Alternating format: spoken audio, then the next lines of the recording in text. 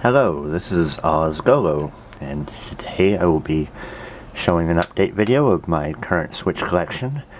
The last video I did was on November 9th, 2020, where I had 54 games. Now it is January 19th, 2022, so a little over a year, and I now have 104 physical games. So this is my Switch here. A couple of the digital titles on here. I'll go over those later.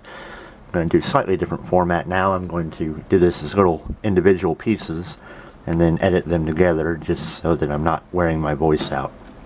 So let's get started. So first set of games we have here is Xenoblade Chronicles. I have the definitive edition of the first one, Xenoblade Chronicles 2, and Xenoblade Chronicles 2 Torn of the Golden Country, the physical edition of the DLC. I've not really gotten too far into these yet, just because it's still wrapping my head around the combat system. But I don't just have these as standard edition. I actually have the collector's limited edition for them. This is the one for Xenoblade 1 Definitive Works. Has an art book in it, a really nice one. And then I have this one for Xenoblade Chronicles 2 Special Edition. I actually have the steelbook for this. I ordered the Xenoblade 2 book separate, just so that it would match all the others on the shelf. I don't have one steelbook standing out on its own. I'm not really that big on steelbooks, so I don't look to collect them, but it's always nice when they're included. Here's the Zelda collection. I'm missing a few Zelda titles to call it complete. I don't have the HD version of Skyward Sword, or the one that's based off Crypt of the Necrodancer. Can't remember what it was called, but I do eventually want to get those, just waiting for a good sale opportunity for them. Obviously I have Zelda Breath of the Wild. This is one of the first two I picked up for Switch. I got this used. You can see by the back of it, it's pre-owned. There's a picture of a guardian, so I'm guessing this was part of a collector's edition or something. Had a sleeve because it doesn't have any text on the back. If anybody knows which version this is, they can let me know, but would eventually like a nicer copy of that. Zelda's Link Awakening. A lot of people weren't willing to shell out the full price for this. I did right away just because I have such nostalgic love for the original, and I really like this version, but it's very streamlined in many ways. So if you have played the original and already know a lot of the puzzle elements and what to do, you can blow through this game really quick. In fact, that's why I quit playing, just so I wouldn't get through it too quickly. Hyrule Warriors Definitive Edition and Hyrule Warriors Age of Calamity. These are both, they're called Musou genre games. Dynasty Warriors is what they're typically modeled after. They're all made by Koei Tecmo. Hyrule Warriors Age of Calamity I've not played yet. It kind of ties in after Breath of the Wild, and I've been milking Breath of the Wild, not wanting to rush through it too quickly, so I'm waiting to finish that before jumping into this, and I wanted to start this one first. I have a lot of fun with Hyrule Warriors, but it's very easy to get burned out very quickly on it, I feel, because each level mission in it takes like an hour to complete, but it's a lot of fun and I really like it. I just have to pace myself with it so I don't get burned out too much. Now we're on to the Mario games. I just wanted to put them all together here. Got the Mario 3D All-Stars, which is 64, Sunshine, and Galaxy. I've really only played Sunshine and 64 out of here. I've never played Galaxy. I intend to, but at least when I'm ready I have that. I was really getting into this right up until I finally picked up Odyssey, and Odyssey is a lot of fun. I beat it in probably a week, and then I started doing some of the extra moon challenges and kind of petered out because some of them weren't as interesting as just exploring new worlds, but I do intend to play more of this. It's really enjoyable. Mario's and Rabbids Kingdom Battle is actually made by Ubisoft, but I haven't played this yet. I do like the idea of tactical RPGs, and just the idea that Mario is in a tactical RPG is kind of amazing to me. Mario Kart 8 Deluxe. I'm glad I finally have this. I waited for a long time to get it because I like Mario Kart, but just at an hours to price ratio, I don't play it for very long sessions, maybe 30 minutes at a time.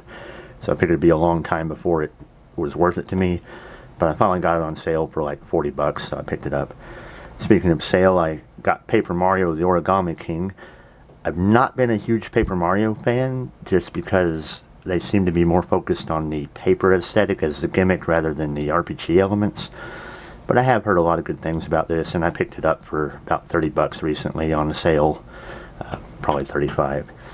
But speaking of Paper Mario, that gives me a good way to transition in this game, which is Bug Fable's The Everlasting Sapling. This is a homage to the original Paper Mario games, Super Paper Mario and Paper Mario The Thousand Year Door on GameCube and 64.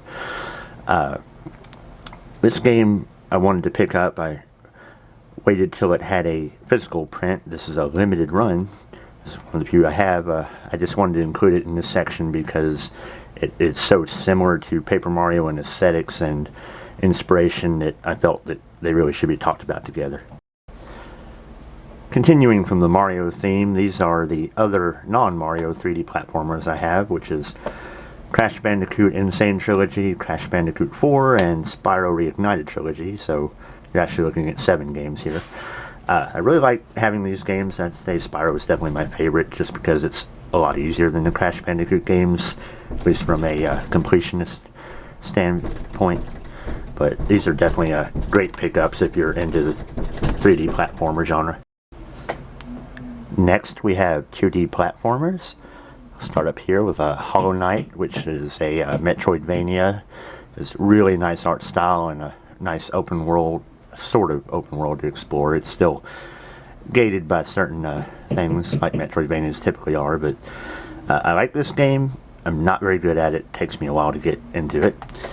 Cave Story Plus, I've not actually played this version yet. I played a version that was on PC before. Has a slightly different art style, I think, but this is a cool little Metroidvania that I want to get into at some point. I just haven't really had a chance to yet.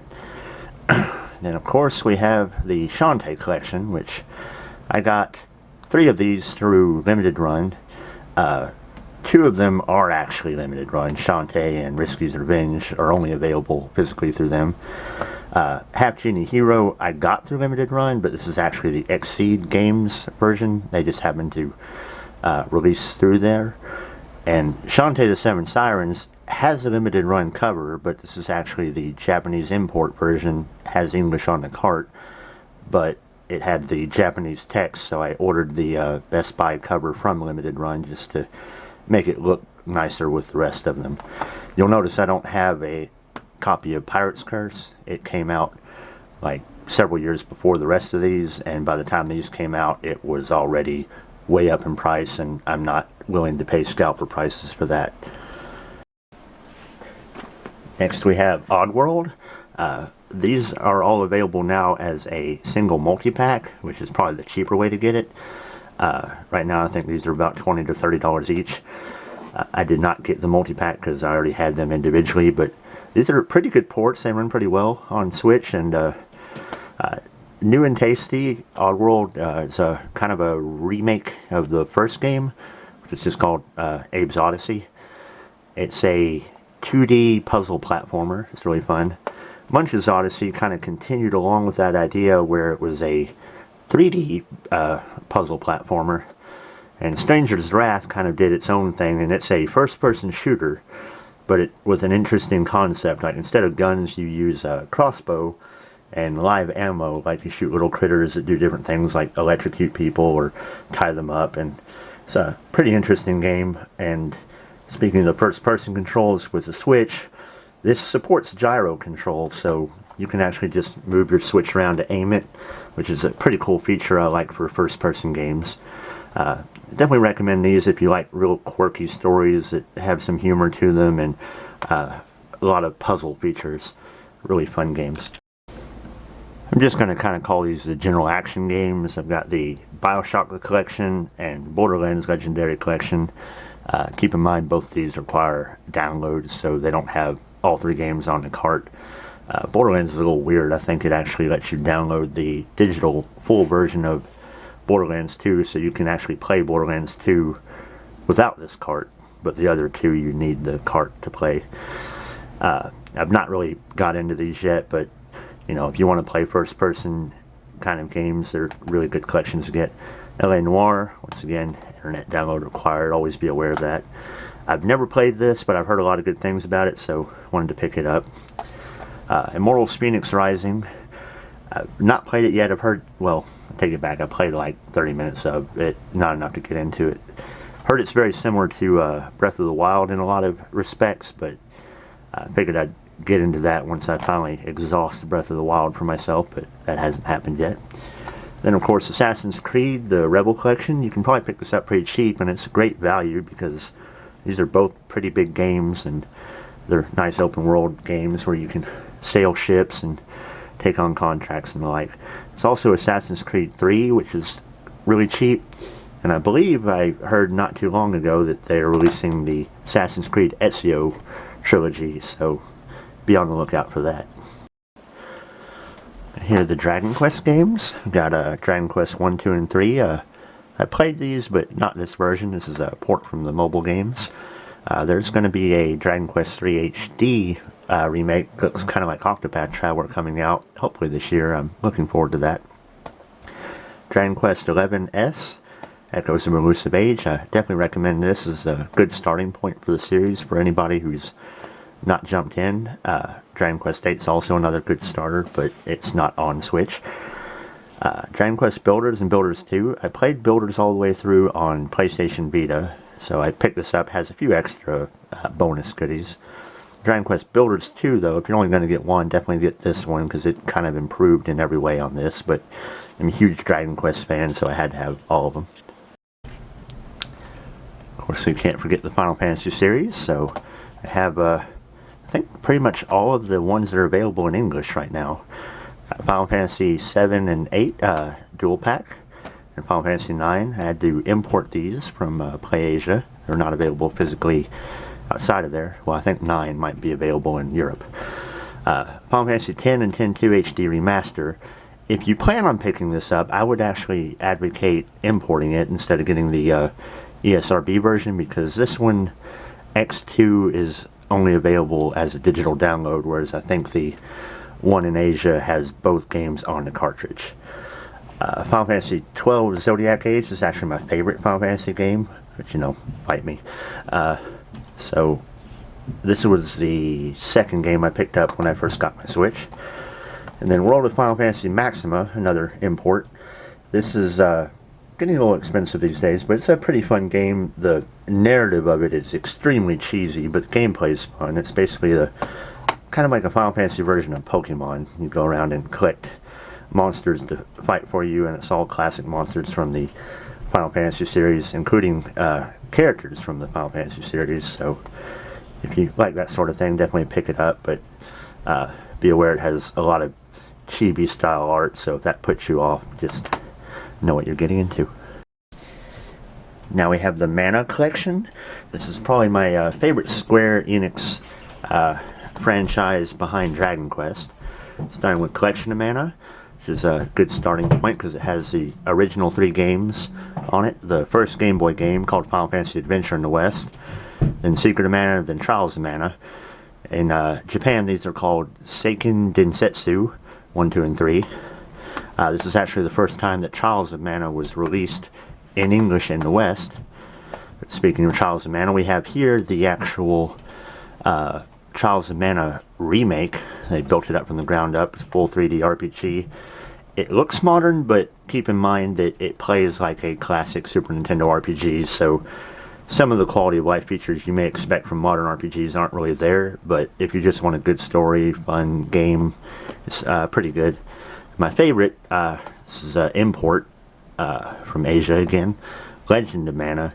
Highly recommend this. It plays very differently than most RPGs because the storylines are like individual bite-sized vignettes, so the narrative will uncover itself as you play, but early on you're not going to have this major main narrative that keeps you going, but it will uncover as it goes, and it's really good for on-the-go play, because you can play these stories in about 30 minutes to an hour. So if you want a short pick-up and play RPG, highly recommend Legend of Mana.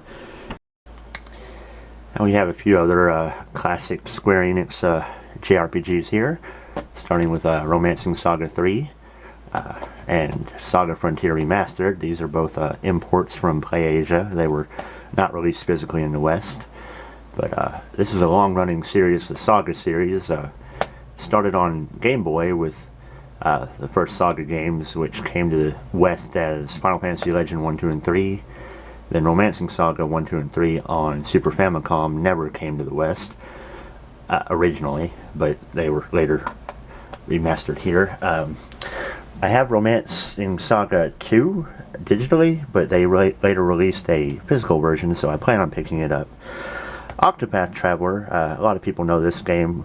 A lot of people call this like a homage to classic Final Fantasy games, but it's actually not. This is a classic, what do you call it, a spiritual successor to the Saga games, because it has a lot more in common with these, with like the multiple character story arcs and art style and so on. So if you want to pick up Octopath Traveler and you really like it and you want more games like it, definitely go back and look at the Saga Frontier games and Romancing Saga, because they're very similar.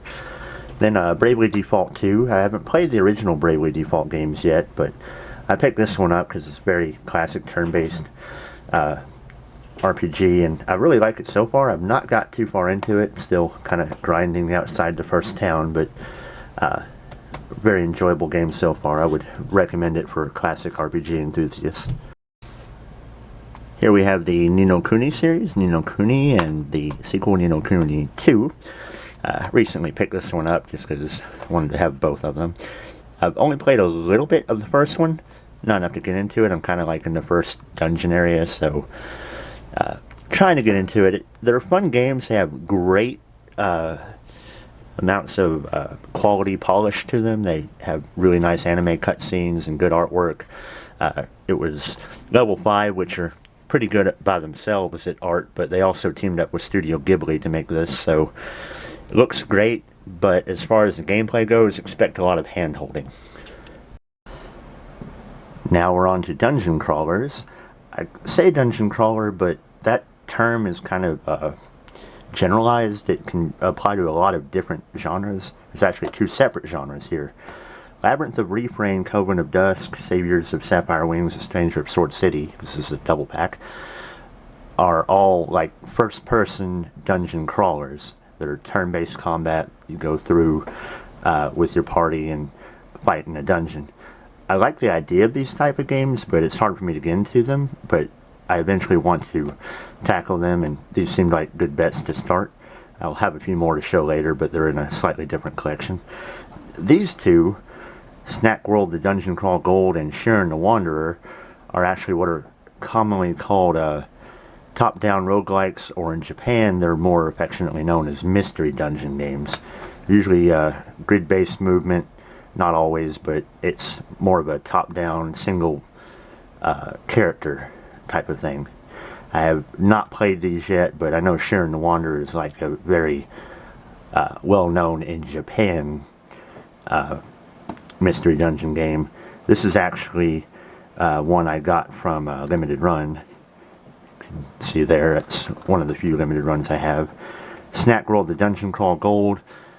I don't really know a whole lot about it, but before it came out, I know several of the RPG communities I was in were raving about it, so once I saw it on cheap, I picked it up. These are my Westernized action RPGs.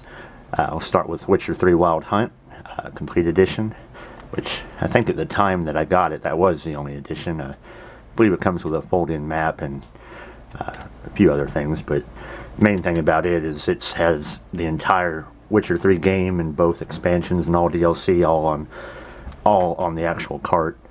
And even though a lot of people like to criticize this Switch version because they had to compromise the graphics from other versions, it's still one of the best looking Switch games. So compared to other Switch games, it looks great. Compared to Witcher 3 on other systems, it's mediocre, but it still looks amazing. I love this game. I've played it a lot on Switch and before. Next is Kingdoms of Amalur: Re-Reckoning. I played a bit of the original before they remastered it. This is the remaster of it. I always thought it was really cool they had this out, and it was pretty cheap when I got it, $30 when it came out. Of course, I have Elder Scrolls V Skyrim. I put thousands of hours into Skyrim on PC, so I wanted to give it a try on here. I'm more of a modded Skyrim player, but I wanted to try the vanilla, and this seems like the best way to do it on the go. And Dragon's Dogma, I really like this game. This is why I call it a Westernized instead of Western RPG, because this is actually a Japanese company that made it. It's Capcom. But it follows all the conventions of a traditional Western action CRPG. Like, it feels a lot closer to these games here than it would Final Fantasy or the like. Now we're into strategy and tactical RPGs. Starting with The Awakening. This is a limited run game. It's been out for a while, but I believe it's still available, at least as of this video. It has really good reviews, but the Switch version hasn't really sold much, so I'm guessing it's just a matter of not much publicity. I've not played it yet. Same with For the King. Picked it up cheap on sale. Looks interesting, but not getting into it yet. Civilization 6 is kind of bargain bin at this point, but if you're into that sort of hex grid big strategy games, I'm not sure if it's considered 4X or not, but it's a really fun game to get into. I haven't played this version. I played Civilization 5. Fire Emblem Warriors. This is another Musu game similar to the Hyrule Warriors and Dynasty Warriors. I've not played it yet, but picked it up for cheap. Fire Emblem Three Houses, I only played a little bit, but it seems interesting, but I know once I get into it, I'll be into it for a while, so waiting to have a bit more time for it. This is a recent pickup I have, the Dungeon of Naheulbeuk, the Amulet of Chaos Chicken Edition. This is a fun little tactical RPG. It's actually not at all what I expected from the little bit of screenshots. I was expecting more of a top-down Diablo clone, but this is a tactical RPG where right away you have 7 party members. Seems pretty cute, but don't expect an amazing story, and I've actually heard that the Switch version kind of runs a little poorly. I haven't really noticed that. It has some long loading times, but once you're in the game, it seems to run fine. Banner Saga Trilogy, I think I mentioned in the last video that I haven't played it yet. Still haven't played it. It seems like an interesting game, although for physical collectors, always be aware of this little white band at the top, internet download and micro SD card required.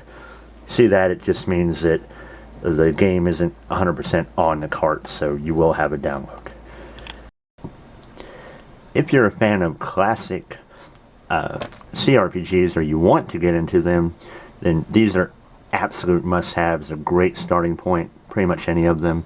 I would definitely recommend these 4, but first one's Baldur's Gate and Baldur's Gate 2 Enhanced Editions.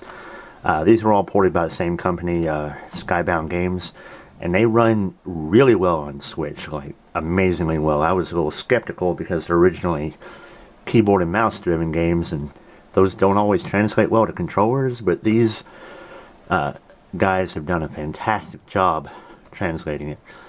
So if you want a good balanced game, these 4 are all kind of based off Dungeons and Dragons. Well, all of them are. Just different rule sets. These are 2.5 edition, I think. So a little antiquated for modern D&D players, but definitely fun pickups if you want D&D as a video game. Baldur's Gate's well balanced. Planescape Torment is more story focused, so there's a lot more reading and making narrative choices. Icewind Dale is more combat focused, so you can build your own party from scratch right from the get-go and take them on an adventure, and it's really good if you want to min-max and play out with different combinations and stuff. Neverwinter Nights is kind of the first evolution of the games into a 3D space. So the graphics are a little on the rough side because they were made in, I think, 2002, somewhere around there. But it's a really fun game. You don't have a full party like you do in these, but if you want like a more tailored experience, it's like 1 or 2 people, and there's a lot of individual stories in this as opposed to just one major story. It does have a major story, but there's DLC expansions that are standalone stories that are fun to play out with this. So each one of these is $30 each, brand new, so I would definitely recommend picking them up if you want cheap RPGs that will give you hundreds of hours of content. These are great pickups. Now we're on to hack and slash games, which not all of these quite fit, but starting out they definitely do. We got Victor Brand to start, has 2 of the DLCs with it. I've not played this yet, but I've heard it's a pretty decent one. Titan Quest is a classic that's been around for a long time and continues to get updates. It very recently got a DLC expansion for PC, which I do hope eventually makes it to Switch. I've not played this yet, but I intend to. Hades I played a little bit. It's by the same people that made Bastion and Transistor, I think. Supergiant Games, which I've heard a lot of great things about this, and I picked it up fairly cheap, so it definitely seems like something that I'll enjoy once I get into it. Crosscode is not exactly a hack and slash, it's more of an action RPG with similarities to like old action JRPGs, but this is not made by a Japanese company, I don't think. It's an indie game, and I wanted to pick it up. I did play it a bit on PC and a little bit on Switch, but I haven't gotten very far beyond the tutorial dungeon, but this has really good reviews and is a really popular game. Next we'll talk about farming sim RPGs.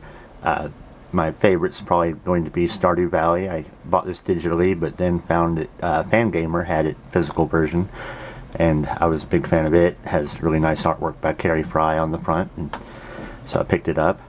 I first played my time at Porsche on PC, and I liked it, so I got it for Switch. This version for Switch kind of has some performance issues, but it still plays okay. I haven't gotten too deep into it. Story of Seasons, Friends of Mineral Town. I probably mentioned in a previous video, but this is a reimagining of Harvest Moon, Friends of Mineral Town, which was on Game Boy Advance, which itself was also a remake of Harvest Moon Back to Nature on PS1, which was my first introduction to farming sims, so I had to get it. In addition to that, I also picked up the premium edition of Story of Seasons, Pioneers of Olive Town. I've not played it yet because it's very easy to get overwhelmed with farming RPGs. I think the main thing this includes is it has a little buffalo plushie in there, which is kind of cute. And I also have Rune Factory 4 Special Archival Edition. I played this a little bit, but not enough to get into it, but I always like the mix of the traditional JRPG, dungeon crawler, and farming sim together, and so this is really cool.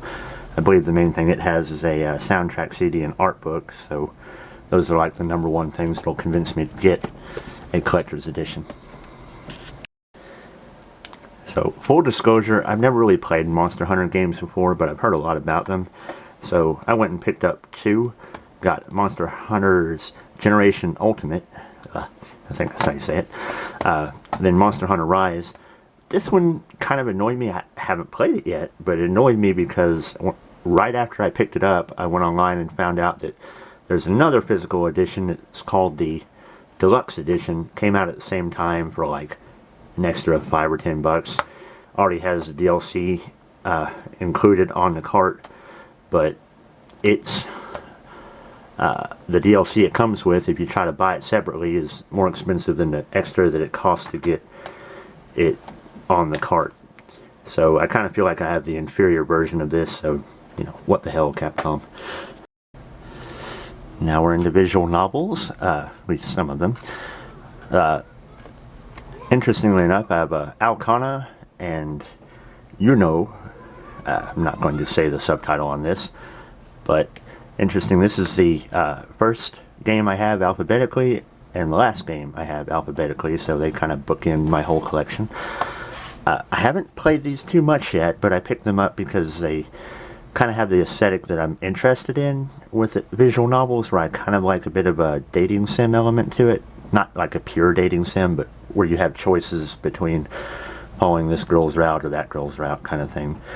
And I've heard good things about these, so I wanted to pick them up and try them out. In addition to that, I want to talk about this game, which is not a pure visual novel because it has like action RPG elements. This is Eternal Radiance, one I recently heard about from a channel called Switch Watch. Shout out to those guys. And I got the one print games version of it, so it has a collector's edition, but only downside, it doesn't really have a box with it. This is the guidebook, soundtrack CD, sticker, the authenticity card, and a keychain. So it has some cool stuff that came with that edition, but not a really good way to package it all together for display purposes. But actually, this game came out physically about 2 months before it ever came out digitally, so I thought that was pretty cool. I played it a little bit, haven't got too far into it, but definitely seems like a promising game that I'll enjoy. Now we're on to survival sandbox games, starting with Terraria, which is a 2D sandbox one. I've played a lot. It was actually one of the first Steam games I ever bought. Minecraft, of course. It's not a whole lot I can say that hasn't already been said. Saw this in the store, Subnautica and Subnautica Below Zero double pack. I've heard a lot about this game, and I picked it up. I played it a little bit, not got too far. I'm still in the early game, but it's pretty fun so far.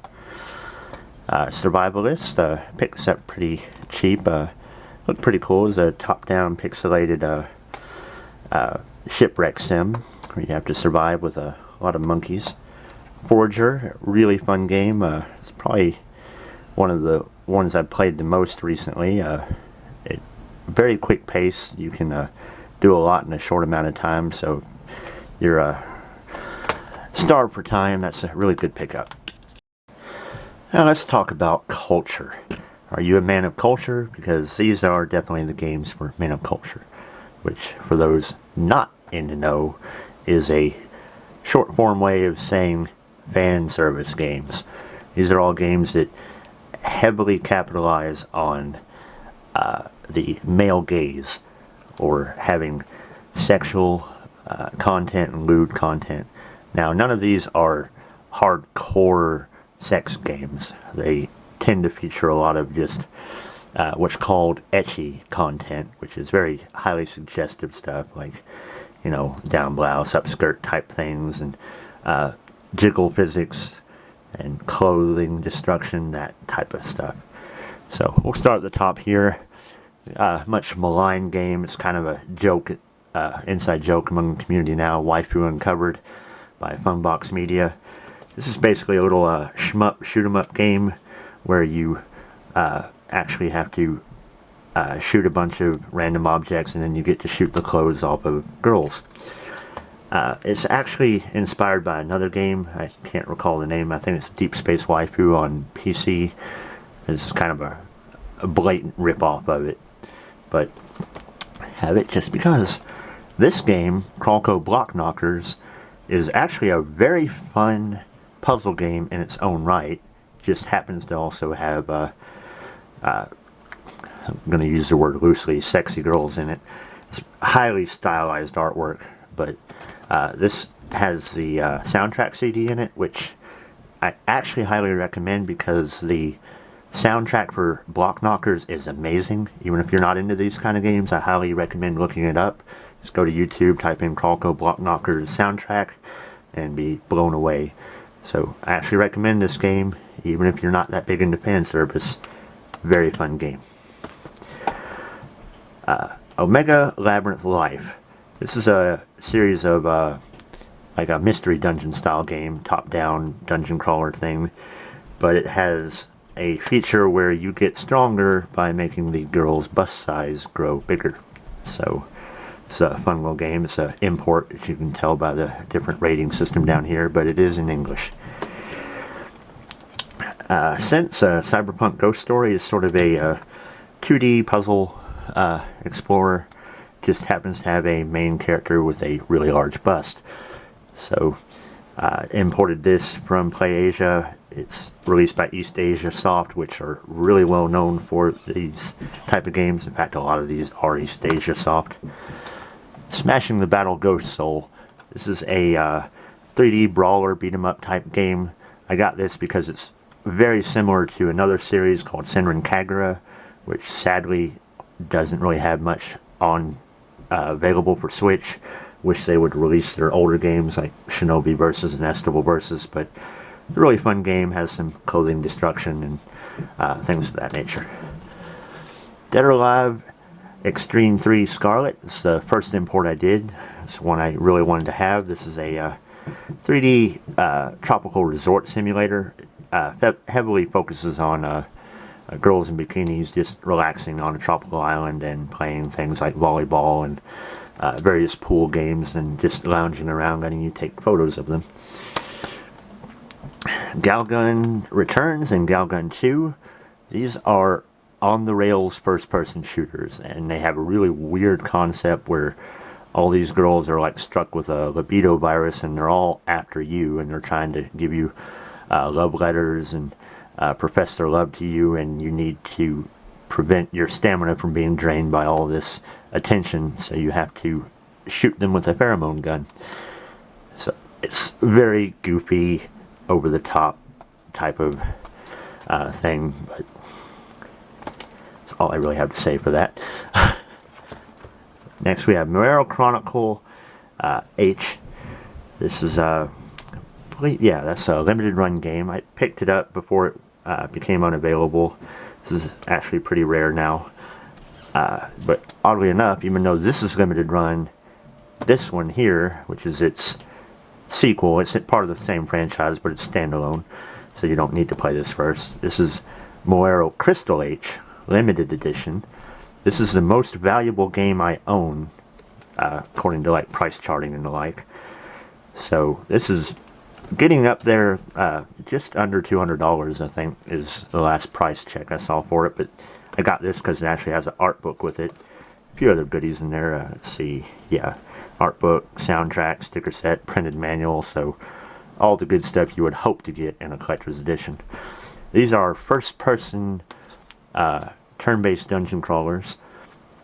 They're part of the, I think it's called Genkai Taki series, and there's actually another one that just got announced that's on PlayAsia called Seven Pirates H, which I've also pre-ordered, so I hope to have that soon. Now we're getting into games that really don't fit anywhere else, so I didn't really have a lot of games in a particular genre that I felt these match. First is the Sega Genesis Classics. Got 50 classic games from Super Genesis. This is a really great value pickup if you just want a whole bunch of games in one. It's got all sorts of games from platformers, puzzles, RPGs, whatever you want from retro systems. Definitely pick that up. I've probably bought this, or a version of this on at least 4 or 5 consoles now. Vita, PSP, PS3, PC. So definitely a good pickup. Scribblenauts Mega Pack. Scribblenauts is a really fun game. I haven't really played it on Switch. It's probably easier with something that has a keyboard, because a lot of the mechanics is typing in words and turning it into real things. But it's a really good puzzle game. Really good for kids too, if you like that. Pokemon Let's Go Pikachu. My wife played it. I didn't really get into it. It felt like a very dumbed down light version of Pokemon, where there's not really any battles. All you do is throw balls at Pokemon, pretty much. Project High Rise, I played a little bit of it. It's kind of like Sim Tower, where you control a high-rise building, and you can put in like condos or offices and malls and stuff like that. RPG Maker MV, this actually lets you make your own RPG games and release them on a platform on Switch for other people to play. So even if you're not into playing or making these type of games, you can download the RPG Maker MV player online, and you can play other RPGs that people have made. I always like to support this because I love that idea. I've made or tried to make RPG Maker games in the past, and I really like supporting this engine, even though it gets a bad rap, because when anybody can make a game, you will have a lot of garbage, but it's not a fault of the engine itself. The engine is really good. It's just a lot of people don't take full advantage of it. Rustler is a game I got pretty recently. It's inspired by the classic Grand Theft Auto games, like the ones before they made the jump to full 3D. And it's medieval based, so it's basically Grand Theft Horse. It's really fun so far. I like it, but It's very niche sort of thing, so, you know. SNK Heroines Tag Team Frenzy, kind of a fighting game featuring a lot of the women from SNK Games, which if you're not really familiar with that brand, then you probably won't recognize many of them, but it's a fun little fan service game. Slide Stars I picked up real cheap just because it's got some fun little jokes in it. The game itself is nothing to write home about. It's literally just water slides, 2D style, and it uses what is it? The famous influencers as its main characters. So if you follow like a lot of Instagram people, then you probably see them in here. But I mostly got it for its joke value. And finally, this is one of my limited run games I spent a little extra on, although there is a more expensive version that I didn't bother with. Scott Pilgrim vs. the World, the game complete edition. Which, take this off, and it's a really nice retro box here. Got this from limited run. Reason I got this was because I originally had it on PS3, and it's a really fun beat 'em up game. Beat 'em ups aren't for everybody, but the artwork in it's great, the soundtracks for it's great, but for a long time this game was taken off of the store and wasn't available, and so when it came back, people were still worried, you know, hey, when's the next time it's going to be unavailable? But hey, if you've got the physical copy of it, then you have it forever. So that's all my physical collection, but to send this out, I'm going to quickly go through my full collection as it's on the Switch. I don't have a video out capture card, so unfortunately I'm just going to have to point this at a screen. Mostly just going to talk about the digital only games real quick. I've got Ninth Dawn 3, which is a mobile RPG that's pretty good. I've played it a little bit, enjoy it. Got Metal Slug 4 and Metal Slug X. I want to get all of them, but waiting for a good sale.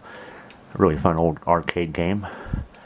Let's see, next we have Bastion, which is another game by the same people that made Hades, one of their first big hits. Most of these you've already seen. Cattails, sort of a similar to farming sims, but there's not really farming, but you play a cat and go around and have to hunt for food and fight other cats and explore. Pretty fun. Chaos on Deponia is the second in the Deponia series. Unfortunately, these are alphabetical, but this is a fun point and click adventure type game. Not really point and click because it's on Switch, but collection of Saga that has the first 3 Final Fantasy Legend games. You have Cosmic Star Heroine. It's a turn-based indie RPG. It's really good. Death Road to Canada. Highly recommend that game if you like any sort of just funny survival sims. It's pretty much like Oregon Trail with zombies. Is the best way I can describe it. More Deponia games. Don't Starve Nintendo Switch Edition. Highly recommend that game. It's a lot of fun. Good survival sandbox game. The Switch Edition actually has the Shipwrecked DLC, and I believe you can download the Hamlet DLC, so you can pretty much have the whole experience on here except for the multiplayer.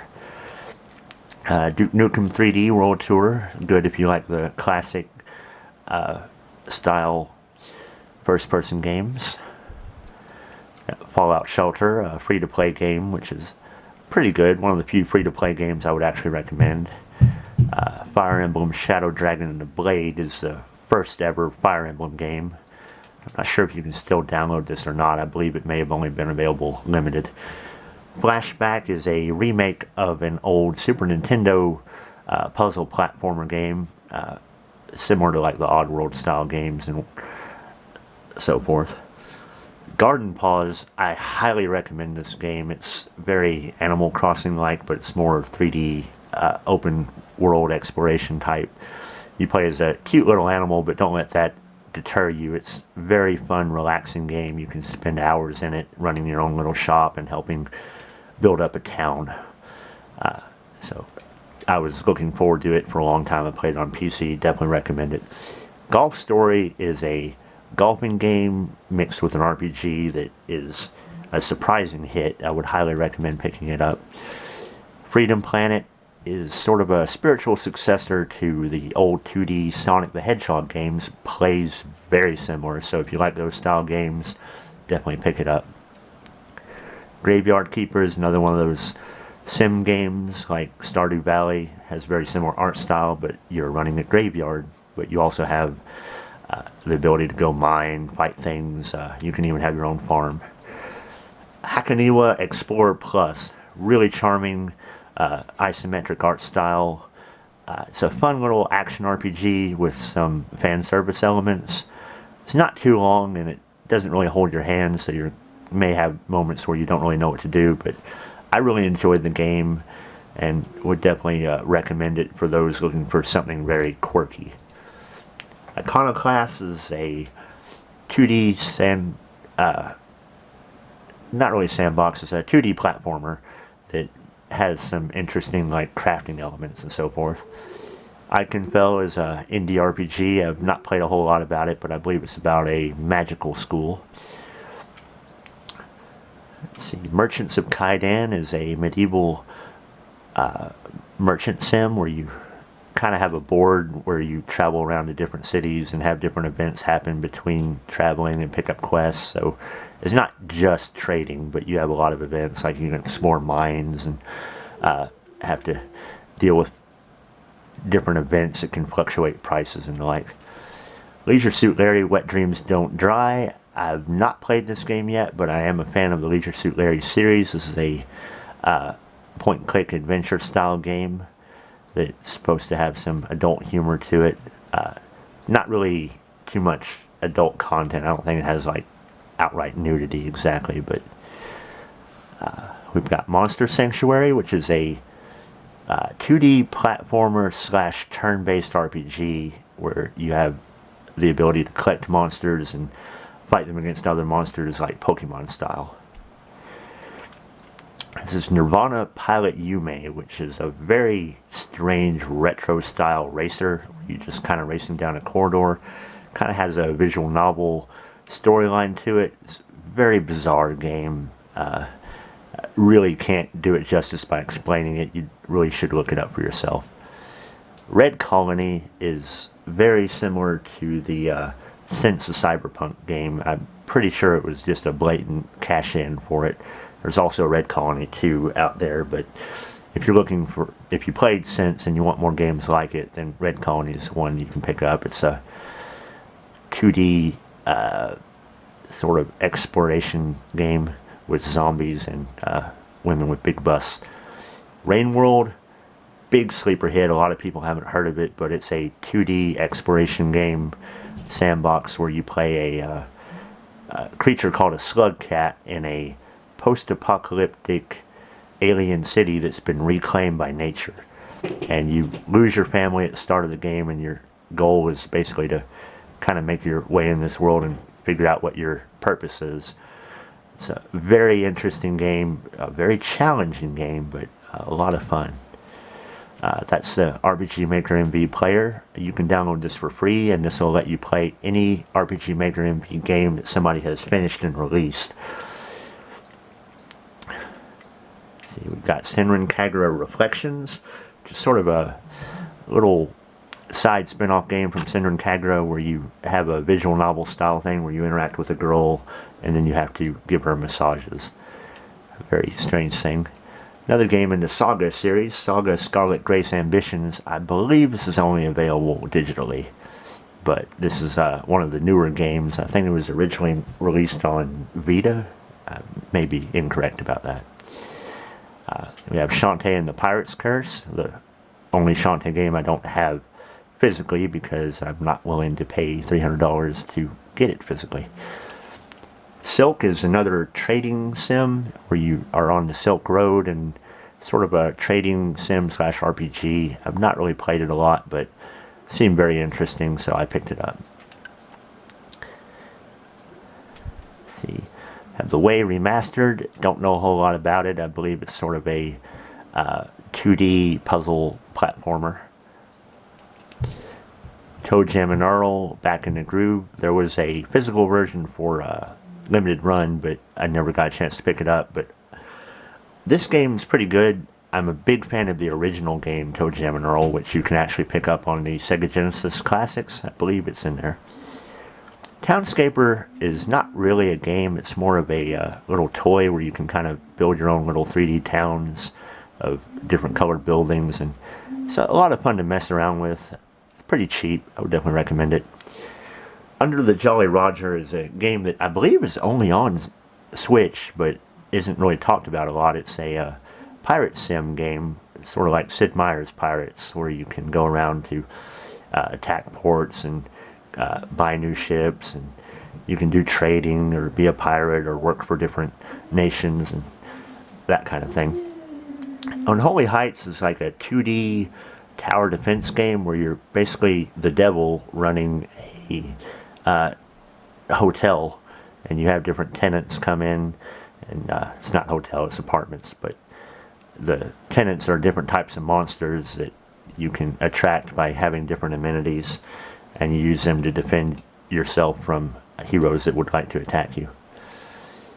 Then the last one here is World Neverland Elnia Kingdom, which is a mobile port of a Fantasy Kingdom simulator. It's pretty fun. It's kind of hard to get into, I feel, but if you're looking for a Fantasy Kingdom sim, it's not bad. I should say not Fantasy Kingdom life sim, because you're playing a character in the kingdom. You're not really controlling the kingdom itself, but you can pretty much be whatever you want.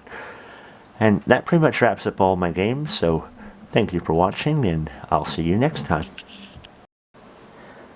For anyone watching this that would like to add me as a friend on Switch, you can see my friend code on the screen right now. I don't really play any online multiplayer games, but you are always free to send me a friend code so that you can have me on your list. Thank you for watching.